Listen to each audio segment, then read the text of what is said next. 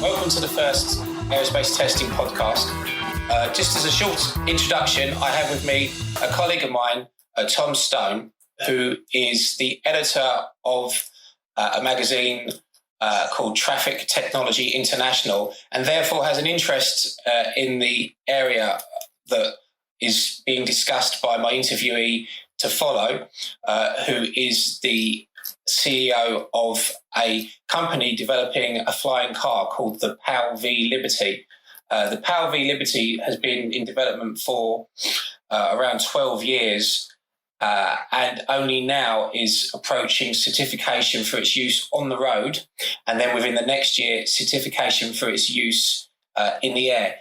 Technically, it's what they call a gyrocopter, so it can't stall in the air, importantly, which, as you will learn in the interview, is an important aspect of its design. So we seem like we've been waiting for the flying car possibly for, I don't know, 50, 60 years, don't you think, Tom? It's certainly before our time. Do you, I mean, how many false storms do you think there's been? Quite a few, I'd imagine. Quite a few, yeah. I mean, you were at college, what did you say, 10 years ago? No, a little bit longer than that. Yeah, a little bit longer than that. You were thinking about flying cars. I mean, in traffic, we ban it in the magazine, I think. Anyone who talks about the Jetsons gets edited, normally gets edited out, because people always talk about the Jetsons as soon as flying cars are mentioned. The old cartoon where they all used to zoom about. So it's long been a dream to have flying cars. But yeah, I mean, there seems to be two strands now, doesn't there? You've got your eVTOLs, and then you've got these other flying cars, which looking at this one, it's sort of like, you know what, I sometimes call them driving planes as opposed to flying cars. Yeah. Because it's a bit more like a plane that can go on the road. Because I was looking at some videos before we started chatting. Does it always need a runway to land and take off? Yes, it does. You still need a runway. But the key aspect is that you can drive to the airport and in the same vehicle. So and then eventually not get out of your vehicle in order to take off. So it does at the moment still need a runway. I mean, it is. They do have that problem of credibility slightly in that you have that cachet of the Jetsons and how. That Back to the Future car, and where's my jetpack, where's my flying cars kind of thing. But I really did get the sense from talking to Robert that they take it very seriously, and they're taking certification really seriously as well, which is telling. I mean, there's a couple of other projects at the moment. A Chinese company bought into an American firm called Terrafugia, and there's a company out in Eastern Europe that are still ostensibly developing it, but it's really hard to do, really, really hard to do, which is why we haven't got one yet, so which is why we're all still sitting in traffic normally, I suppose. The other interesting thing is pilots, because it's all right designing these things, but you have to learn how to fly them as well, which is a bit of a problem because not that many people know how to fly a plane. I mean, but more people know how to drive a car. So, do you see a future for these products at all, for these kind of vehicles, Tom? I don't know. Well, do you remember when we used to go into the office? Oh, yeah, back in those days, yeah. We both used to have quite long commutes, didn't we, into the office? Yeah, we did, yeah. Slightly. But we would have loved a flying car back in those days, wouldn't we? Oh, absolutely, yeah. Straight over the top of London. Yeah, that would have been lovely, yeah. Imagine starting your day that way instead of sitting behind a set of tail lights. Yeah. It would have been great. I mean, but it comes back to this runway thing, I think. If we can overcome perhaps perhaps autonomous systems could help out with this issue of learning to fly it and greater automation. Yeah. Perhaps. But then if the design requires a runway, we'd have to convince our boss to build a runway to land our flying cars on. Imagine being the first guy on your street who has a flying car sitting on their driveway. Now, would that not be awesome? That would be great, wouldn't it? That would be awesome. I'm all for it. Send it my way as soon as they're ready. Well, as soon as the guy developing them hasn't even been in the advanced prototype yet because it's so valuable. So, but as soon as they're developed, I'm going to be on that list to try one out. As I'm sure I'll see if I can do the same for you. But I mean, the interview's great, and Robert's. I mean, he's thought of all these questions. He had a comprehensive answer for everything. So, if you get a chance, then please, keep going with the podcast and listen. Of course, I will. No, I'm looking forward to listening to it, and it sounds really interesting. And I guess we should stop prattling on and hand over to him, right? Let's do it. Okay, thanks a lot.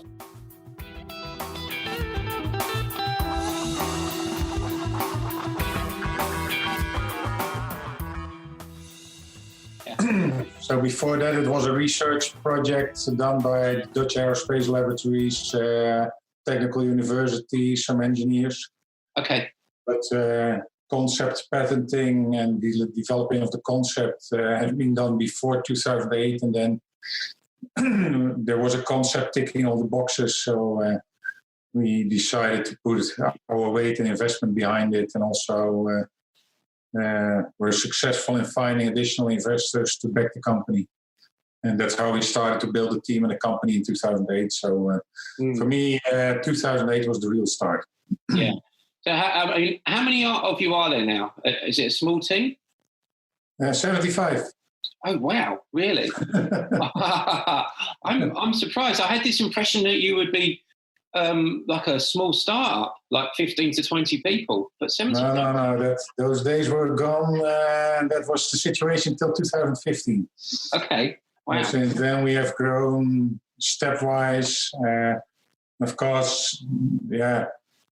From concept work, there's 80% of the work still to be done. From a proof of concept to go to a real tested, reproducible, whatever you need, real product for the market. And on top, you have to develop the company into being able to deliver service, training, after service, production, supply chain. So you build up all the functions you have in a normal company. Yeah. In the beginning, it's pure technical work, but since 2014-15, we have been building out the company in different directions, including, like I said, we have training available now on customers training. We have build up, of course, marketing and sales starting somewhere in 2016, going to market, getting pre-orders. It's a phase development, but in total in the company, about 75 people working at the moment. Okay, great. So I guess you have all the other functions come in, don't you? All the sales and business administration functions. Sure. Yeah. Okay. I mean, the magazine I write for and run is for testing and development engineers and professionals, and we write a lot about flight testing and the technology. But I'd like to talk about the business side a little bit as well. Mm-hmm. I mean, obviously, I'm also aware in the position that I am that when I hear about flying cars, how can I put this? There's I wouldn't call it an image problem, but it's kind of there's a lot of nonsense, it's like an instant story on the internet, right? Flying cars next year, So you've got to overcome that as well to be taken seriously. But like I said, it appears to me things are happening quickly. Anyway, I'll get to the questions. How many have you sold so far? Yeah, we are not disclosing that, but we have pre-orders in 14 countries at the moment. Oh, wow. Okay. And before Corona, we were getting pre-orders more than one a week. Okay. Wow. All right. That's great. Because I saw the pricing on the website, and I thought it would be a while before I can afford one of them. But that's of course is all new technology. That there's a lot of investments going on. It's small quantities, especially in the beginning. Yeah. How that will evolve, we will see. But as you know, being in the aviation world, nothing in aviation goes fast. No. No, No, we especially tend to think in years and decades and not in months. especially when it's something new and innovative. Yeah, it can take a very long time. Yeah, So but you're right. A big part of my job has been building credibility all the time, and it's good now to see, for example, one of the recently got a Chinese high-level aviation guy who broadcasted in China that the only feasible flying car is the PAL V from the Netherlands. Okay, yeah. And he had about over 1 million viewers on his YouTube channel in one day. So those things help to get credible reports, because I can say we are, but nobody will believe me. If others say it, it's much more important to us. Yes. And that's, so we're I would say, over that hurdle. But in the beginning, you're right. When you talk about we are building a flying car, everybody says, yeah, right. And same happened to me in 2008. I was called by some partner of KPMG who worked on this business plan with this technical team, and they called us and said, we have a brilliant plan for a flying car. And my first reaction was, yeah, right, never going to spend a minute on it. Mm-hmm. And for some reason, we had this presentation for an hour, and then we saw that it was really intriguing, and it actually ticked most of the boxes. And for us, the most important thing, coming back to one of your questions in the mail you sent me, is we build it within existing regulations. Mm-hmm. If that was not the business case, we wouldn't have started it. Yeah. Changing regulations in aviation can take decades. Yeah. So to do that as a startup is sort of a donkey shot plan. So it's classified as a auto gyro, right? As a gyro plane. No, it's as a rotorcraft under CS27 or FAR27 or CAAC 27. So it's the ICAO 27. Yeah. Which is implemented in most countries in the world. And under this rotorcraft standard, we are developing this product. So certification path was clear from the beginning. Yeah, okay. So already in 2009, we agreed with EASA strategy for certification under CS27. First building the proof of concept, which is baptized the PAL V1. Yeah. And also from the beginning, we have not only focused on building something which flies and drives, but building something which complies with existing regulations. Yeah. Which is a complete other approach to the design. So many new aircrafts are being built like, let's start to build something new, and then we will see how we can adapt and change the regulations. We've, from the beginning, taken the other approach, and of course, we have had numerous discussions with our design team. Can't we change those rules? No, we can't. Which put a lot of restrictions and a lot of challenges. But if you need to change regulations, like I said, it can take 5 to 10 years before this is implemented. And it requires to be a credible company to get it implemented. Yes. Even so, you must have you must have got some interest from EASA, and that what you're doing isn't normal, isn't usual. Yeah. So have you had to work very closely with them? Already for 11 years now. Yeah. Okay. So certification is the heart of an aviation company. And if you don't build with certification in mind from the beginning, you will never come to the end. Yeah. Yeah. So we see, and that's why 99% of aviation projects fail. Okay. Not because it's not feasible technically, maybe. Many of them are not. But because they are not built with the restrictions of the certification, all new things. And then for us, it's doubling up by, it's not only aviation certification, it's also road certification. Okay, tell me about that, please. Is that harder or easier? Or it's different. It's different. So road certification is it's very clear what the requirements are. Yeah. So you have to design for those requirements. And once you go for the road admission testing, which we are in at the moment, We expect to be having a road admission this summer. And then we have passed that hurdle, and you can see the Pelvies driving on the normal road with a license plate. But you do all the testing yourself because the requirements are very clear. The tests are very clear, so you go to a test house and to testing facilities, and in a couple of days you can do it if you have done your homework. Yeah. But aviation is a cooperation with the aviation authorities to build a very safe new type. Yeah. And there's thousands of test reports you create. While in road certification, it's only a handful. But presumably, you've had to do things like crash test and make sure the headlights are right. All of this. Yeah. In the end, it's also about 2,000 requirements, which you can design for them. Yeah. While in aviation, there's not a list of requirements which says this is how you build a safe airplane. Yeah. Okay. So aviation is a 8 to 10 years close cooperation with your certification agent body. While in road certification, this cooperation is not necessary.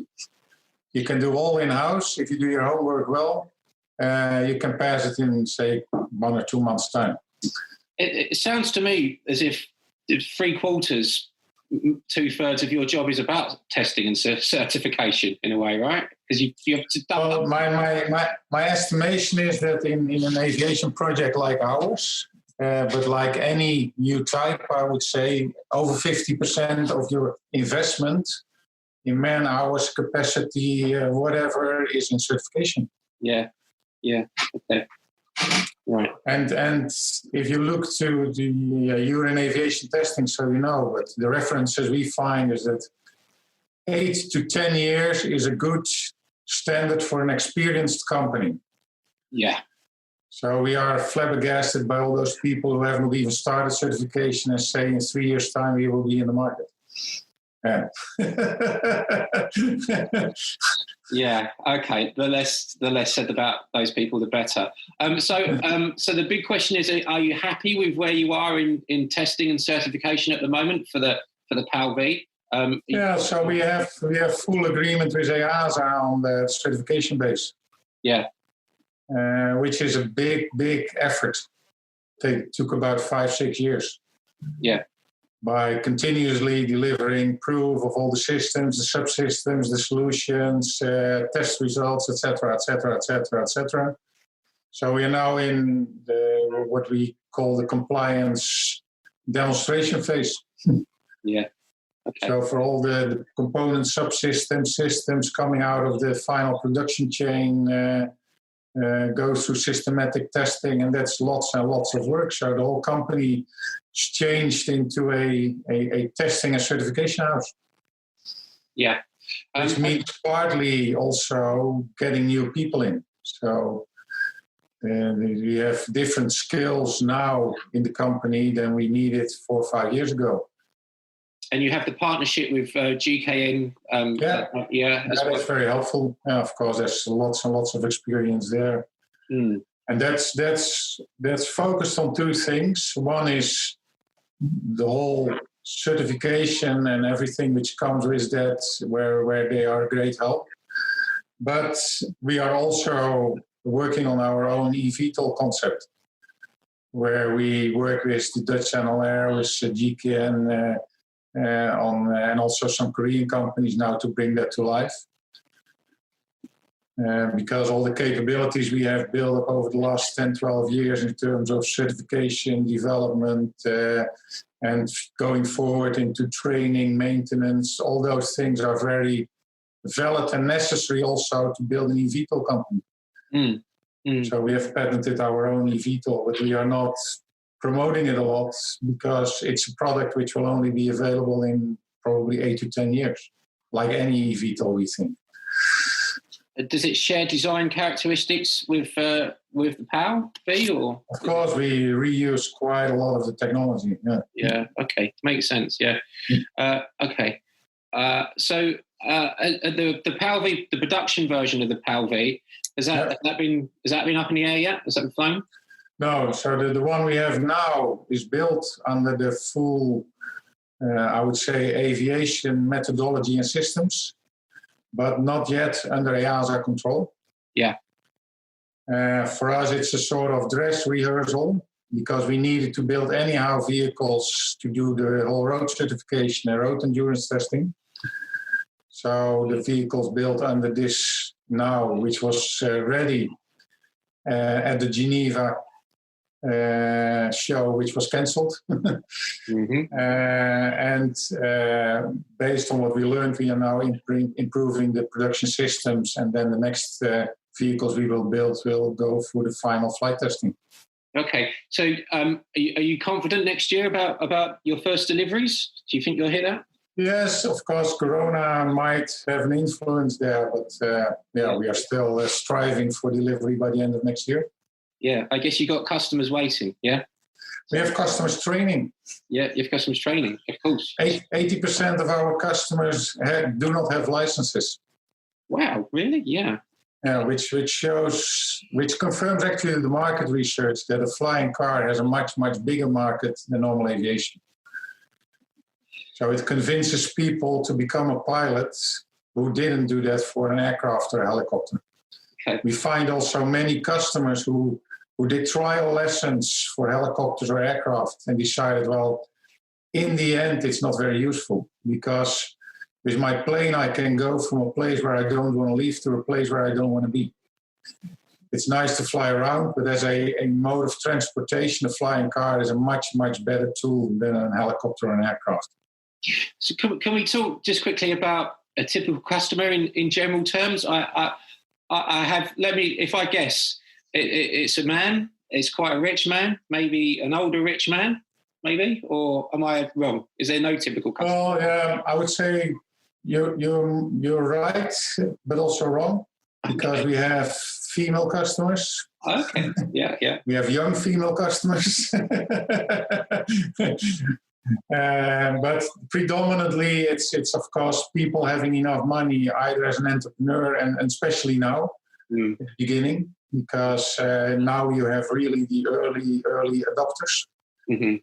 To reserve a vehicle you cannot try out yourself yet. So we're only seeing the tip of the iceberg of the customers at the moment, and the number is much higher than we expected, which is also good. But yes, it's male. It's a 35 till 55. Yeah.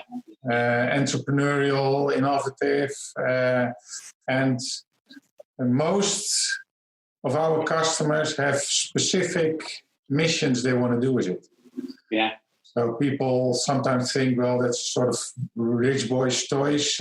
People don't just buy it because they want it. No. With most customers, they have specific things like, I have 3 businesses. How can I get there faster and with more fun with a flying car?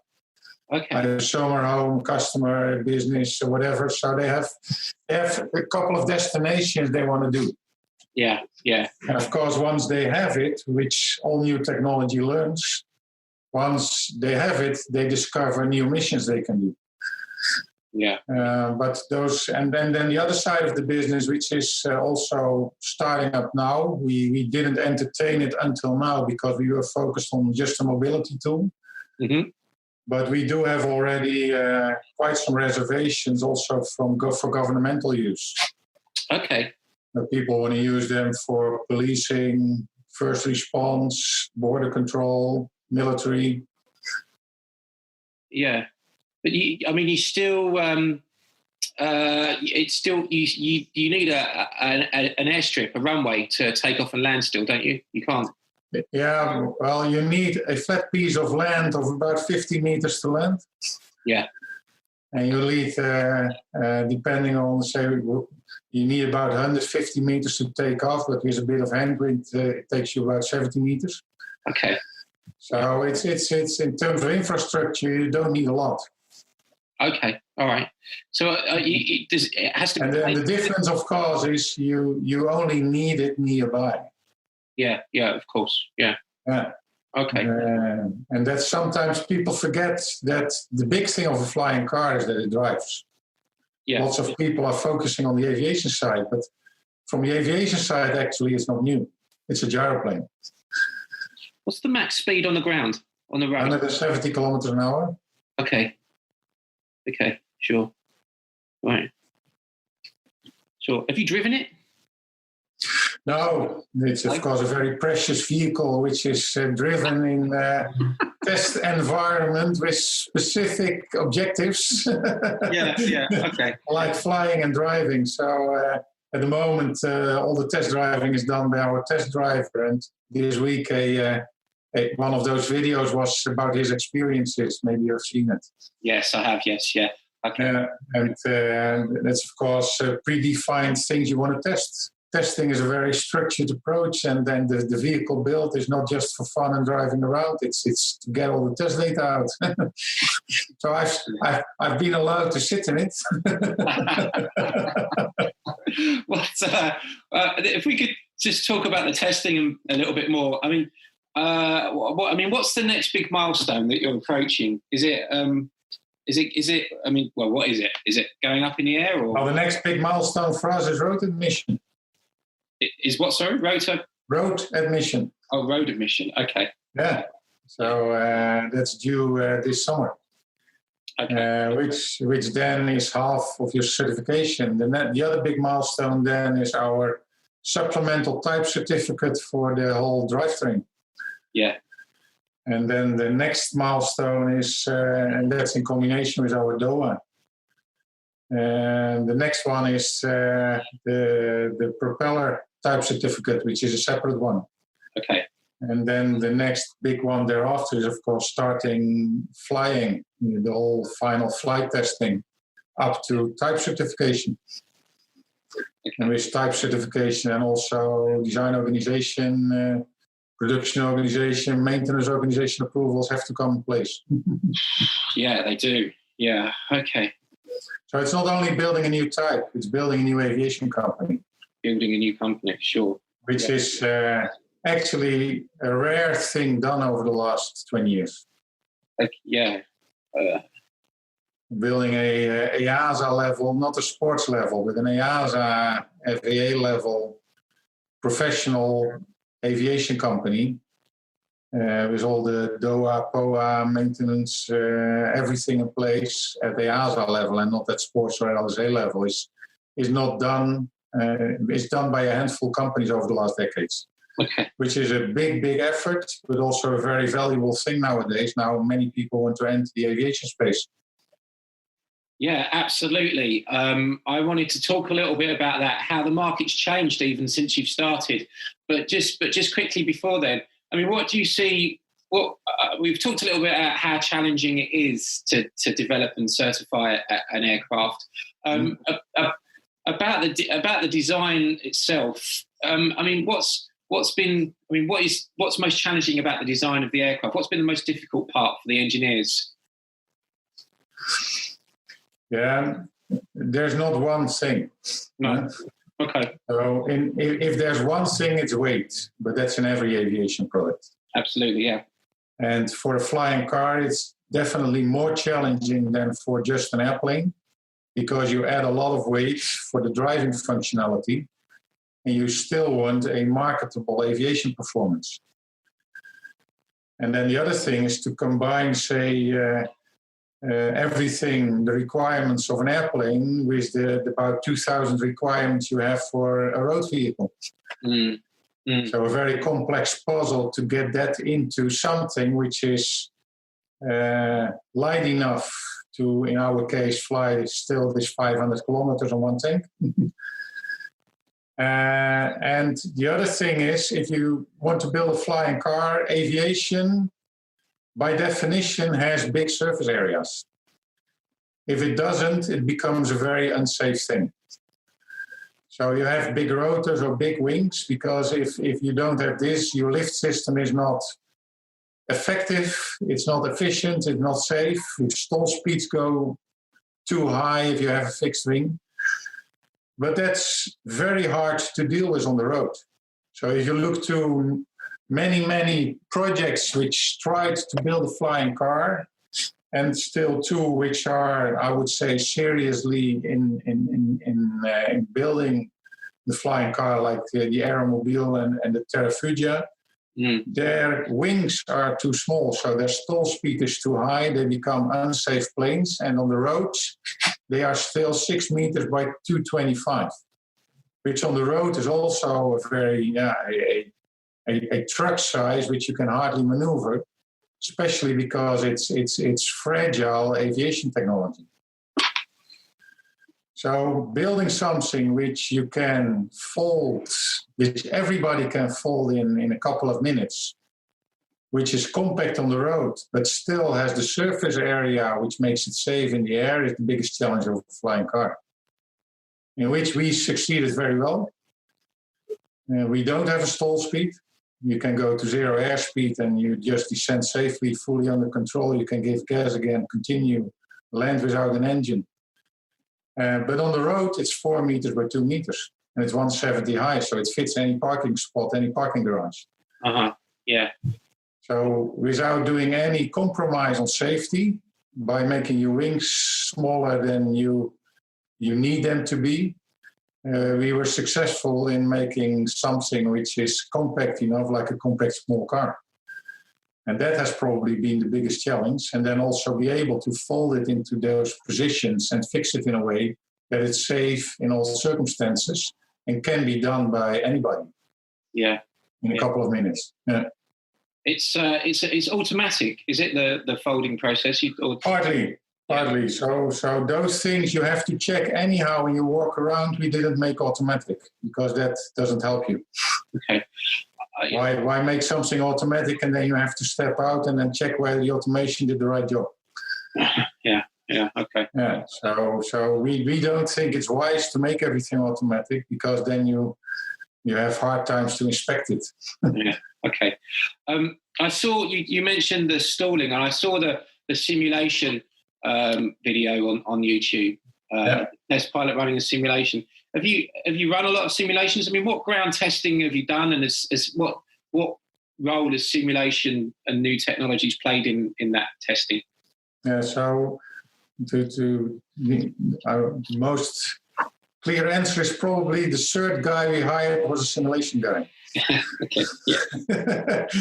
So we embarked on a route where we said we need to simulate with current state-of-the-art technology as much as possible the whole design before we even start flying it. But for gyroplanes, there were no simulators in the world. Oh. So we had to build this technology parallel to the whole design.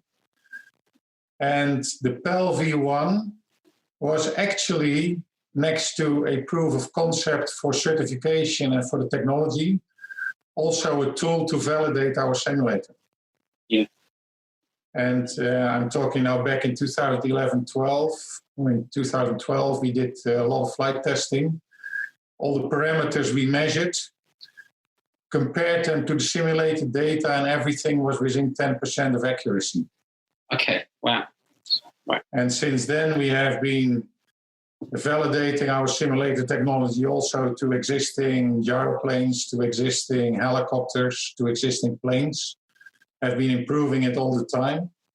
So simulation is part and parcel of the whole design process, both road and air. Mm-hmm. So also the whole road performance. And actually road simulation is much more challenging than air. Because?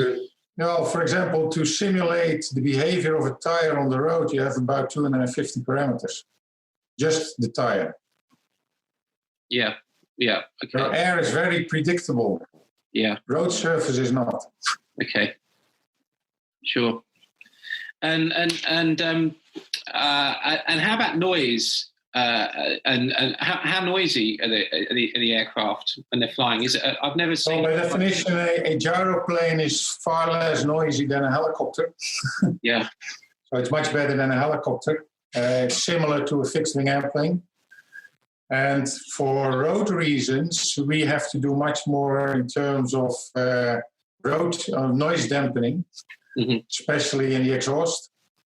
because there are no air requirements or hardly any air requirements comparable to the road requirements. So we have to comply with. So in terms of noise, it's aviation noise, mostly the propeller. We did build our own propeller, which is a pretty silent propeller, but it's a propeller. So in aviation terms, it's pretty silent, and on the road we comply with the existing standards which are necessary. Just a few more questions, Robert, and I've just had a thought. Would you? I mean, your company is developing a flying car. Are you 50% aviation company and 50% automotive company, or is it a different percentage? No, I would say 70-30. 70%, 80% an aviation company, 20% a road company. Okay. But it took a lot of time to get those backgrounds in the company, either from the automotive or the motorbike world on the one side and the aviation world on the other side, to get an understanding amongst them. Mm-hmm. Because most of the aviation people, they had this idea, well, the road is easy. Mm-hmm. And people on the road had this idea, aviation is easy. But they even had to develop a common language and a common understanding of the challenges and the requirements, etc., which takes years. Yeah, okay, interesting. Okay. So in terms of culture, in terms of control, certification, strictness, it's definitely an aviation company. Okay, cool. But in terms of requirements of the vehicle, there's quite a lot of things you wouldn't imagine coming from an aviation company. Yeah. Okay. Just finally, you talked a little bit earlier on. We talked a little bit about the type of person that might buy it. I mean, and the type of journey also. The market for this, the type of flights that will be taken. Where will they be? Do you imagine they will be city to city, or inside urban areas, or everything? Well, not. It's door-to-door traffic where you will fly parts and where you will drive parts, and you will not fly in cities. You may fly over cities, but your landing place will also be always been at the outskirts or the existing strips. And then you drive to your destination without leaving anything behind. Mm-hmm. So the big benefit of a flying car, something which flies and drives it's really door-to-door traffic. While with a normal aircraft or helicopter, you at least need two, but most cases you need 3 vehicles to go from door to door. You leave 2 behind, which you have to pick up on your way back. And when weather doesn't allow you to fly, you have to leave your airplane or helicopter behind. You go home in another way. You have to pick it up back again. Hassle. Yeah. With a flying car, you get rid of all this hassle. So your planning certainty gets much better. Your weather independence is much less. And you have much more freedom compared to a helicopter or a plane. Uh-huh. So that's why flying cars are much more useful for mobility. For a helicopter, you can have very specific missions, but that's it. And a plane is actually pretty useless for mobility. It's nice to fly around, but there's too much hassle and too much uncertainty to really use it for mobility. That dramatically changes with a flying car. And that's why research from MIT and others predict that the flying car market will be much, much bigger than the current airplane market. But it will be in size very small compared to the car market. Yeah. Because people need money, they need to get a license. So still, it's pretty specific, but it's much more useful than the existing aviation solutions. Okay. Now, then people will use it to probably fly distances, cross barriers outside urban areas, drive into urban areas, and whether that's city to city or town to city or rural mobility or whatever. But it's definitely not urban mobility in the sense that you fly in cities from one destination to the other. That's a completely different market. Yeah, okay. That's kind of my final question. You're kind of talking about it already. Because obviously when you started in 2008, this term of urban air mobility, the idea of eVTOLs and drones everywhere and electric air, Uber in 2008 was nowhere. I mean, the market's changed a lot, hasn't it? Around you almost. Where do you see PAL-V fitting into this market? I think you were just really talking about it, weren't you? But it's definitely going to. I get the sense from it's definitely going to happen, and it's taken you a long time to get where you are. But you think you're going to be? So we are in a very thrilling time in aviation. Mm. There hasn't been a big change over the last 40, 50 years, I would say. Mm-hmm. And due to technology change, we are now at the start of new ways of flying.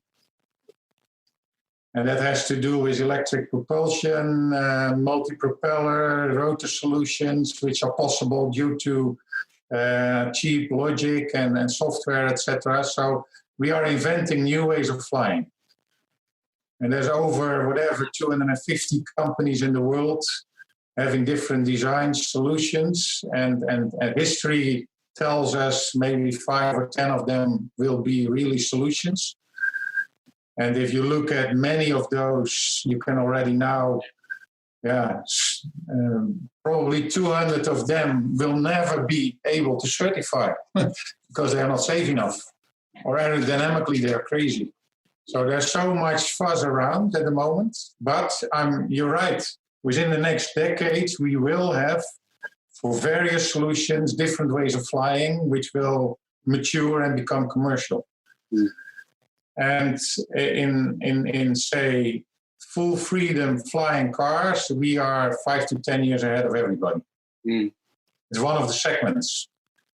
The other segment is eVTOL, where people tend to call that air taxis. But a taxi brings you from door to door. Mm. An eVTOL never will. No. So an eVTOL is actually much more a bus or a metro. It brings you through the air from a station to a station. So I think air taxi is a sort of misleading term because it gives expectation of what it can do, which it doesn't.